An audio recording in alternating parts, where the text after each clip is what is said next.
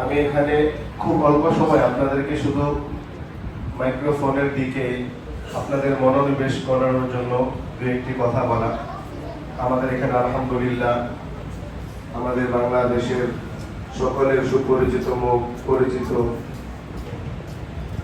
আমাদের সকলের দ্বীনের রাহবার শেখুল হাদিস হযরত মাওলানা মুফতি মনসুরুল হক সাহেব দামাত বারাকাতুহুমুল আলিয়া জামিয়া রহমানিয়া আরাবিয়া এবং জামিয়াতুল আবরারের সম্মানিত মুহতামিম হযরতের সুযোগ্য এবং বিশ্বস্ত আস্থাভাজন ব্যক্তিত্ব আমাদের চৌরাশপুর জামিয়া ইসলামিয়া মাদ্রাসার সম্মানিত মুহতামিম সাহেব আমাদের মাঝে উপস্থিত আছেন।